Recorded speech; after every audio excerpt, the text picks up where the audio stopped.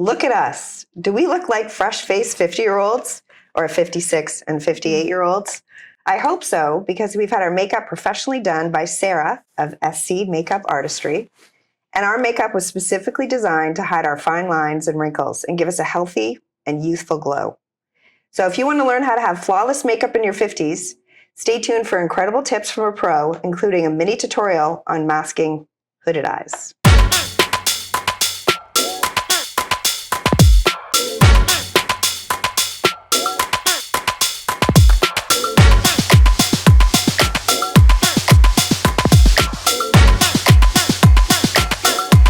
So I want to welcome Sara. Welcome and cheers to you. Cheers. Thank you for having me. Cheers. As I mentioned, we've just had our makeup done. And I should mention also that Sara is the makeup of record for the event of the century, which happens to be my daughter's wedding this coming August. Yes. But I did want to ask you about your makeup business and how you got into that and just a bit about your journey. Perfect. Absolutely. So thank you for having me. I went to Complexions College of Makeup Art and Design downtown Toronto and graduated in 2014 and spent the first few years after school working downtown Toronto in an array of industry work. So everything from film and television. I was on a show called Odd Squad for a little bit. I was an assistant to Corby Banner, who was a celebrity photographer and makeup artist for a while as well. And everything from fashion shows to print and event makeup. I taught the makeup diploma program at Eden College in 2017, which was wonderful. And then I started my own business in 2022, SC Makeup Artistry. And now I'm a full-time freelancer. So I do everything from commercial to film to fashion, a lot of events, bridal, and podcasts now. Yes. So thank you for having me. Thank you for being here. So that's amazing. You started in 2014. Yep. And then 2017, you're teaching a course. Yes. So you take the course. Now you're teaching a course in 2017. Yeah. And then you started your own business a couple years ago. A couple years ago, yeah. That's great. Yeah, it's kind of wild when you frame it like that, actually. It's amazing. But that was the journey, Yeah. And so because I know you do all kinds of different businesses, and I'm sure that, they're all interesting and cool at the same time.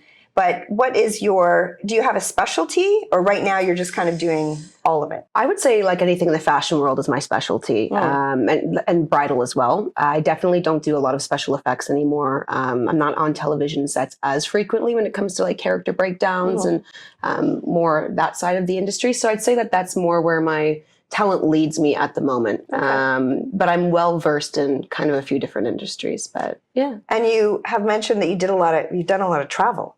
Quite a bit of travel, yes. Which is totally cool. Yes, I've been very fortunate. I've done some destination weddings in Europe, Scotland, Italy, a little bit of work in all over Canada, Southwestern Ontario. So amazing. Yeah. That's fantastic. Now, you must notice, you're doing weddings and you're doing bridal parties, and now you're going to do the mother of the bridal party. Yes. And it's going to be very different makeup. So I'm sure a lot of people that are watching this podcast are probably wondering, for more mature skin, what are the different things that you do? So as the skin matures, we do lose a bit of collagen, elasticity, things as such. There's less oil production, and it's very dry. It's very dry. Yeah. So we definitely want to focus first on hydration. It's a key component because dryness and even a little bit, the cell turnover is a little bit slower. So sometimes that can even be a little bit sallow, more texture, a little bit more dryness. So skin prep is huge. It's huge for any client that we do makeup on, dependent on, we tailor our makeup artistry to our client's needs, whether that's dryness, oiliness, things we're trying to combat. But when it comes to mature skin, we really want to hydrate. So if we can cleanse, a good hydrating serum, a good moisturizer, and then a good primer. So blurring primers are great if you want to kind of fill in some of those, if you have larger pores, more fine lines, ridges we want to kind of smooth out before we paint over it, as well as we still find that we need like an extra step. I would do a hydrating primer. And a glowing primer also is sometimes nice too, just to kind of give the skin that glowy kind of more youthful feel to it, if it is a little bit more on the sallow kind of duller side of things. Do you do a primer? No. No, me neither. No. But I think we should. Yeah, it's a nice step to take. Yeah. Did you put that on us? I did. Yeah, I did. I used That's not the spray, is it? No, that one was the setting spray. The setting spray. Yeah, Okay. a hydrating primer I use. But there's so many different primers that are great depending on specifically what you're Right. trying to target. So a glowing one's great if you want a little bit more youthful kind Is of. it clear or does it have a tint to it? That one, a glowing one would typically have like a type of like illuminating tint okay. to it. Yeah. Hydrating can be opaque or transparent. And then blurring ones typically, again, sometimes they're silicone based, but they kind of fill out those fine lines and then we would paint over. And So- don't they feel really nice? They on? I can, think yeah. I've used them before. Yeah. and they I remember feel having very one a long nice. time ago, Yeah. that one that came in from Arbonne in the Yes. black container. Yeah. And it did feel nice and Exactly. smooth, Yeah. but I haven't used that in a long time, but I think maybe I should go and get one. Oh yeah, absolutely. So skin prep is important, and then you asked what differs, correct? From Young skin to more skin? mature skin. I would say that we really want to focus. I'd say less is more. In general, I think one of my like artistry tips and like tricks for myself is that I like to do a little bit less is more. I think we want to enhance your natural features, and unless it's a designated editorial look or a really full glam look, I think we always want to kind of not overdo it. So I'd say a more hydrating foundation is also a good one. So not something overly full coverage, heavy mattifying. You can get away with like a BB cream, a tint, even a light to a medium coverage is nice, a satin natural finish. And then placement is big as well. So as things start to naturally go with gravity and maybe start to pull down a little bit, we want to make sure that our placements are kind of giving the illusion that everything is pulled up. So we're kind of pulling up the contour on the cheeks, and the blush placement's a little bit higher. We're pulling our shadows kind of up and outward. We're kind of just giving the face that lifted feel, and that's based on where we place our product. There's definitely magic to it. Because you'll see our before and afters too. Yeah. We're going to show you how we looked before and how we looked after. And we definitely look Great. better after. Great for sure. canvases to work on. So tell us a bit about what you did with Norma specifically when you say you want to enhance like certain things or, you know. So I should Norma's got Look great at the plump, camera. beautiful skin. So it was great. So you're already quite hydrated, but we went back in and we did a nice a milky toner to kind of add that back. We did some collagen eye patches. Sometimes there are some finer lines around the eyes, the crow's feet. So the more we can kind of really hydrate those as well before we put product on, we're going to ensure it's not like sitting and caking into the fine textures of it. We don't want that. No. So we did that. We moisturized, we put a nice hydrating serum on. And then I did a satin finish foundation, and I went in kind of with a lighter hand because your complexion's quite even and quite nice to work with. There's not a lot of corrective work Compliments. that needs to be done. So we went in with that. So I used NARS Light Reflecting Foundation. It's if I don't want to go a full heavy coverage on my client, I really, really enjoy that one. So I'd recommend it. And we did a nice base, and then we used a lot of cream products. So because of when people sometimes talk about heaviness or cakiness or makeup sitting kind of not the way that they want, creams and liquids are a beautiful thing to use because they're more malleable, more blendable, they're more hydrating. So sometimes when you're layering powder on top of powder, it's going to give you that look that you're not really kind of going for. So we used a cream contour. We just kind of blended it on your upper cheekbones and we worked our way up. We used a liquid blush, which was quite nice and like a rosy pink. And we kind of placed it on the blush placement can vary dependent on trend, on personal preference. Instead of the apples, again, because apples can sometimes, we're pulling the features in. I went more in your upper planes of your cheekbones up towards your temples. So we're kind of, again, lifting those cheeks up and out. We did a nice highlight as well over top. It's called Soft and Gentle from MAC. It's one of my favorites, but we kind of did it along the upper brow bone, the higher planes of the cheeks. When we talk about shade and highlight as well, for those who maybe aren't as makeup savvy, shade is typically used to create depth or to define features. So when we're talking about terms like contour or our darkest shades and shadows, it's to kind of define the planes of the face. And then when we highlight, it's the areas that we want to pull forward. So you're an artist, so you know, but it's the depth and the... But I think people are mostly used to doing the shadow kind of, I guess, around their cheekbone to Yeah, give a bit of contour. And sometimes too, the way the cheek sits, right? Like if we just kind of do it on the lower edge of that cheekbone, we're actually adding all that tone underneath, and it's kind of actually pulling it. Again, it's pulling it down. Interesting. Yeah, and you don't think about it sometimes because you're just kind of, it's how you place it. So you actually want to place it more, if you were to feel your cheekbone, kind of right under that orbital, like the higher plane of the cheekbone right there. So do it more up here? Yeah. Oh, okay. Kind of just place it up. You don't also want to place it here and then blend it upwards. Blend everything up. Because if we have more mature skin and maybe it's naturally angled slightly down, we don't want to work our tones to mimic that. We're going to just kind of enhance that. So we pulled the cheekbones up, and then we did a nice soft eye. We did like some neutral tones, a little bit of shimmer, something with a little bit of texture, very neutral lash line. So instead of going in with the heavy liner, which sometimes can be too intense, I did a buried lash line. So it's just like an eyeshadow kind of right in along where the lashes are, just to kind of give it more depth. And we did some soft individual lashes. If you don't want a heavy lash and a big full lash, you can do smaller individual ones just to kind of bring out, again, the outer corners and pull everything up. Yeah, I like that. Yeah. I can see why she was a teacher. I know. So can I. So much. Well, thank you. So, yeah. And then we just gave it a good spray with some setting spray just to kind of melt it all together. And the goal was to only powder certain areas that really might need it. So in the T-zone versus all over. Because again, if we don't need it, don't add it. Because that's why usually you're putting powder, or I put Studio Fix on, and then that's when you can kind of see creases. Yeah, and Studio Fix is definitely, it's a full coverage powdered foundation, so it's definitely on the heavier side. So if we use like a lightweight foundation, we're going to go with like a lightweight powder just to kind of lock it in place. I think our days of Studio Fix are gone. Yeah. I remember buying that many moons ago, but no more. I don't think we can buy that stuff anymore. It doesn't work on our skin. Yeah. I don't think so. So that's what I did for your makeup, Norma. Those are definitely some things that I would factor in when doing more mature makeup. And I also think you probably things like her eyes are so blue. You said it when we were taking a picture. And they're so I'm sure that's the kind of thing that would cue you to say, okay, whether it's the colors you pick or there like for green eyes, they say, you can use more like mauves and purple undertones, and for blues, you can go more warms and gold.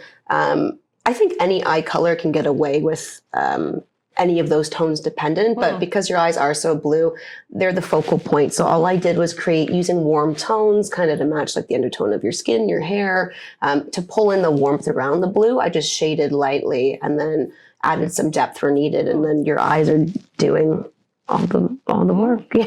Sure wish I was going out somewhere today. I know. Sarah asked us, "Are you guys going out somewhere?" I was like, "No, we're not." I know. Go for dinner. Maybe. Okay, so then for me, because I know going into it, one of the things I had said, and one of the things I'm hoping to work on for the wedding is my hooded eyes, because they bug me. I know that my eyes, they've always been kind of heavier, but when you're younger, everything's higher and tighter and whatever. So what did you do for me?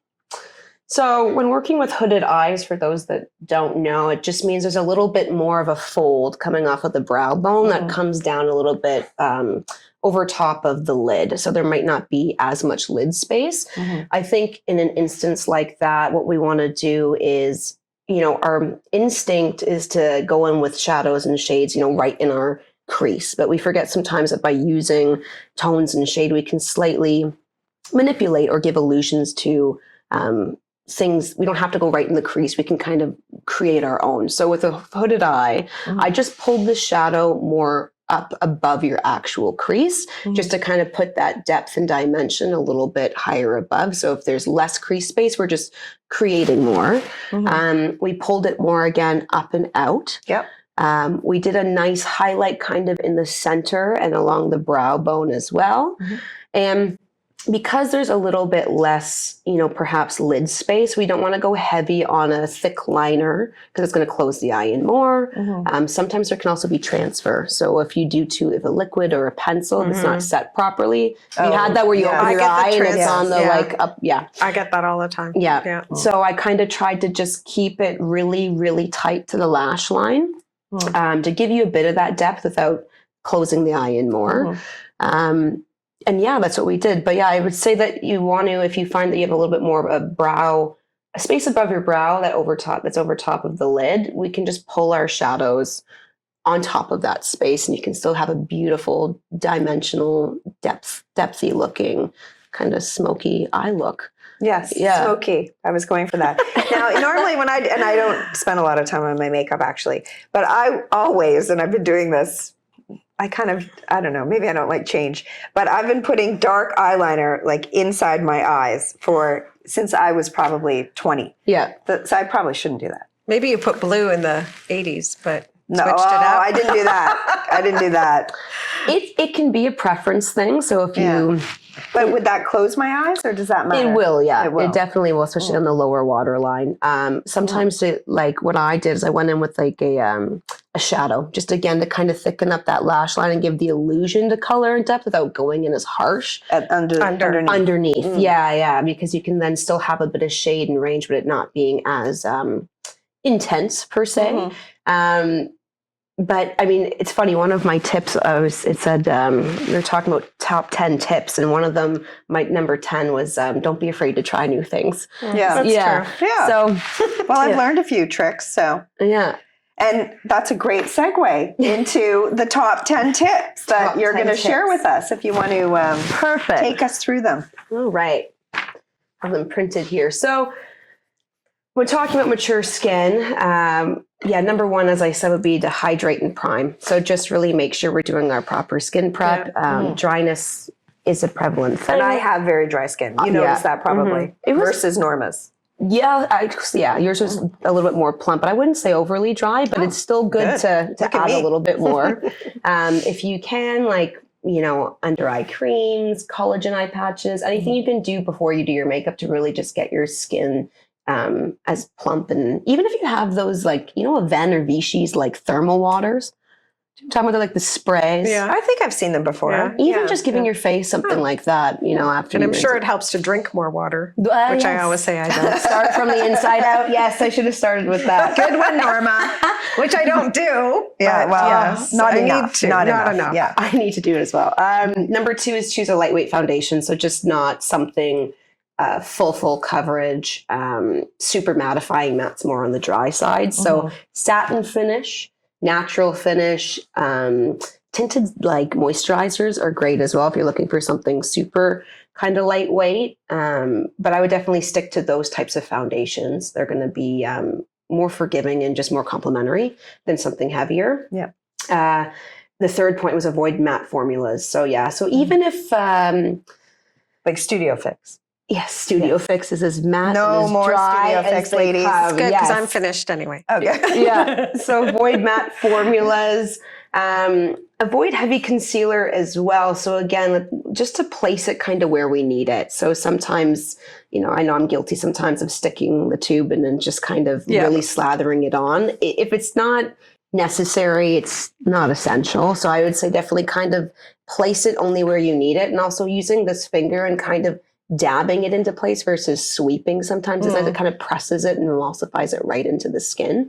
And again, same kind of concept with the foundations, go something that's more hydrating, lightweight, not those concealer pots per se that are super matte and thick, maybe something that's more of got a little more body and hydration to it. I noticed when you were putting stuff on, you were using brushes for almost everything. Even because I never used a brush for foundation. I use those sponge things. Oh yeah, sponges are good too.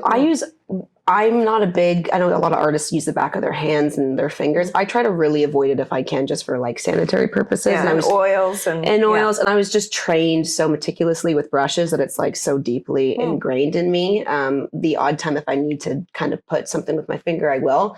But there's a lot of ways to skin a cat. You can definitely now use beauty blenders, sponges. Sometimes your fingers still works. Paige, Michelle's daughter, for those of you that don't know, is Sarah's a friend of my daughter's. Yes, is very guilty of just putting your foundation in her hands and rubbing it on like she's putting sunscreen on at the beach. I have to go, Paige. We've been talking about this for 10 years. Can you please use anything else? She wonders why she runs out all the time. And she's consistent is what she is. So Excess. yeah. So, but you can, and some still do use their fingers. So it's not, That's funny. not bad. Think about placement again. So just where we're placing our products. And again, if we're working more mature, just kind of everything more on the upward motion. If we want to lift, think about that as you're placing. Don't overdo powder. So if there is opportunity to use something more in the cream family, or liquid formula, I would definitely try some of those if you can. Yeah. Just because the more powder we build, the more I don't use a lot of powder anymore. Yeah. Do you? I used to. But I would I would see it would be cakey, and I don't want to accentuate lines. Yeah. So I stay away from Yeah, powder. I can kind of sit in those ridges. Don't be afraid of color is another one that I would say as well. So bronzer as well. I know it's some people. I love bronzer. Yeah, yeah, you can definitely bronze around the planes of the forehead, the cheeks. Beautiful like peaches and roses and pinks, like really youthful colors. Like don't be afraid to use them. It gives a really youthful feel when done properly. And cream products are essential. I think I already said that. But also don't be afraid to try something new. So I do find with a lot of my mature clients, as you said, it's very easy even for me to have a certain way of doing my makeup and then I get stuck and that's how I've been doing it for so long. So I think that now in this climate, there's more resources and more education and more kind of tips and tricks with makeup than there ever has been, especially in the last 10 years with the social media boom.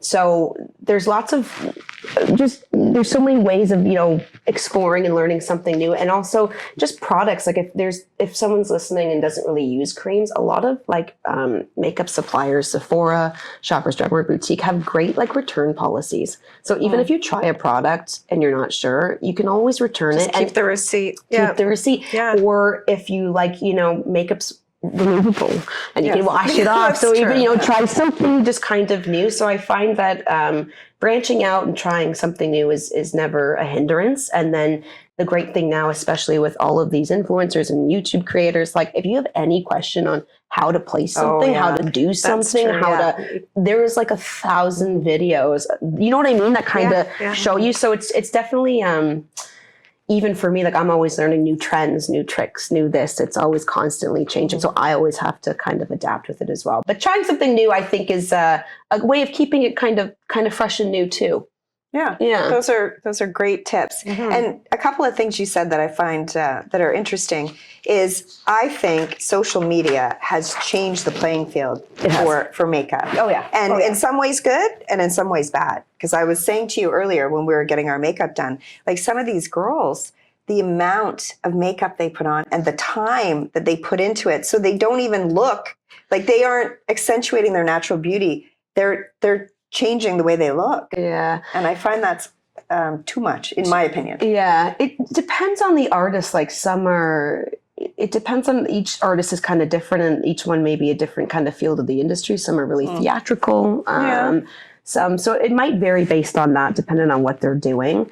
But for sure, there's more makeup content out there than there ever has been. It's funny, like when I went to makeup school 10 years ago, like we didn't even really learn contouring because it wasn't what it came to be 4 years after that. And there was hardly any cream products on the market then, whereas in the last 5 years, a lot of those things have really exploded. So it has really changed. And also things are very heavily trend-based now. So even what we're being asked to do on weddings, each season are dependent on what specific palette or product or colors are in. 2 years ago, that pastel baby pink bubblegum blush was really in. Then last year, espresso was really in, which was like moody and dark. So we're always constantly having to adapt what we're doing to the client's needs based on what trends are happening. And those are changing all the time. And that is through things like TikTok, Instagram, things like that. So it's a saturated online world and there's so much education and it's so awesome, but it's always changing. So you always got to kind of be malleable and open to pivot, even as an artist, not just a client. For sure. But I like your approach, less is more. That's just me saying what I think. But the other thing I was going to mention is Sephora. I mean, Sephora. When did Sephora even start? Like, I don't remember because it's not That's in my. an excellent question. I'm not sure exactly when they They're so huge. They are. Yeah. They offer so much. You stuff. must get lost going in there. It's and a lot of new brands have come to market in the last few years as well. Like it used to, you'd have your big brands, you'd have NARS, Laura Mercier, your Makeup Forever's, your Max, and then the last, however many years, you now have like celebrity makeup artists or even celebrities in general coming out with makeup lines. You have Rare Beauty, which is Selena Gomez, Rem, Ariana Grande, House Labs, Lady Gaga, Fenty, Rihanna, and then you also have Makeup by Mario, who's Kim Kardashian's makeup artist, or Charlotte Tilbury. Yeah. So and then One Size as well by Patrick Starr. So it's continuing to grow and expand, and for sure there's a lot of product in that store, and I can understand why it's overwhelming at times. But there's always help. When you're in there, there's always lots of help, which it's is like good. the Tiffany of makeup, I think. That's the way I look at it. They have all kinds of things, and not everything is high end, right? It varies. Yeah, you have brands from like The Ordinary all the way up to your Dior's, Morphe, which is a more affordable for sure palette and brush line, all the way up to your Estee Lauders and your YSLs. So there's a little bit of everything for everyone, which is wonderful. Yeah. And it's not just makeup, hair care, skincare, which is great. Not at all. Thanks, Sara, for coming on, doing our beautiful makeup. I can't wait for you to do it again for the wedding. Thank you so much. It's amazing. And if you'd like a copy of Sarah's top 10 makeup tips, just check the video description below and you can download a copy. And if you like this episode, don't forget to like and subscribe to our channel and drop a comment below as well. Let us know what your topics you'd like to see in the future episodes, and your feedback always keeps us real. That's what we're all about. Real life, real stories, real talk. Until next time, be real. Cheers. Cheers. Thanks, Sara.